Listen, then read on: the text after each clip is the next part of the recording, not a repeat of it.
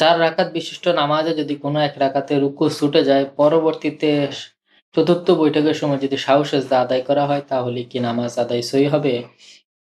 অত্যন্ত গুরুত্বপূর্ণ প্রশ্ন। উত্তর হচ্ছে, নামাজের মধ্যে রুকু করা ফরজ। 4 রাকাত বিশিষ্ট নামাজে প্রত্যেক রাকাতেই রুকু করা ফরজ, 2 রাকাত বিশিষ্ট নামাজেও প্রত্যেক রাকাতে রুকু করা ফরজ। আল্লাহ রাব্বুল আলামিন সূরা হজের ৭৭ নম্বর আয়াতে কারিমার ভিতরে বলেন, ইয়া আইয়ুহাল্লাযীনা আমানু রকাউ ওয়াসজুদু ওয়া'বুদু রাব্বাকুম ওয়াফআলুল খায়রা লাআল্লাকুম তুফলিহুন। এই আয়াতে কারিমে আল্লাহ রাব্বুল আলামিন ঈমানদারদেরকে রুকু করার কথা বলেছেন। সুতরাং রুকু করা ফরজ। আর ফরজ যদি ভুলবশত হোক, ইচ্ছাকৃত হোক নামাজের মধ্যে ছুটে যায়, তাহলে সাহু সেজদা করার দ্বারা এই ফরজের ঘাটতি পূরণ হয় না। সুতরাং পুনরায় নামাজ আদায় করতে হবে। তবে যদি ওয়াজিব তরফ হয়, অর্থাৎ ওয়াজিব যদি ছুটে যায়, সেক্ষেত্রে শেষ বৈঠকের সময় সাহু সেজদা করলে এটি আদায় হয়ে যাবে।